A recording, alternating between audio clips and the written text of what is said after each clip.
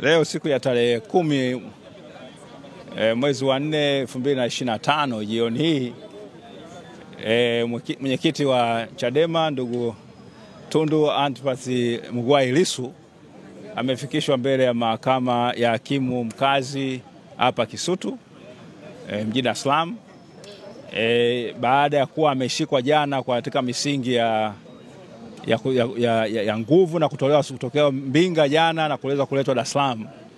kwa mashtaka ambayo yamesomwa leo jioni hii,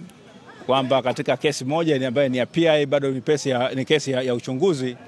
kwamba anatuhumiwa kwa kosa la uhaini, kwamba maneno aliyasema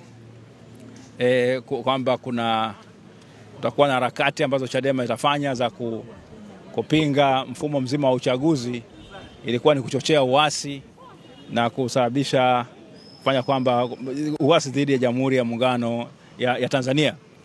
Sasa kwa kuwa mahakama hii ya hakimu mkazi wa Kisutu haina mamlaka hayo,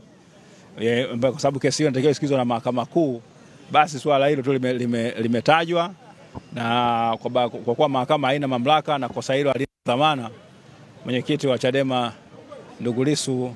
hajapata dhamana na kuweza kusema lolote kuhusiana na mashtaka hayo.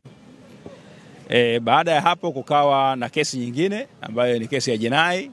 imefunguliwa katika mahakama hii ya hakimu mkazi Kisutu, na mahakama hii ina mamlaka ya kusikiliza. Ilikuwa na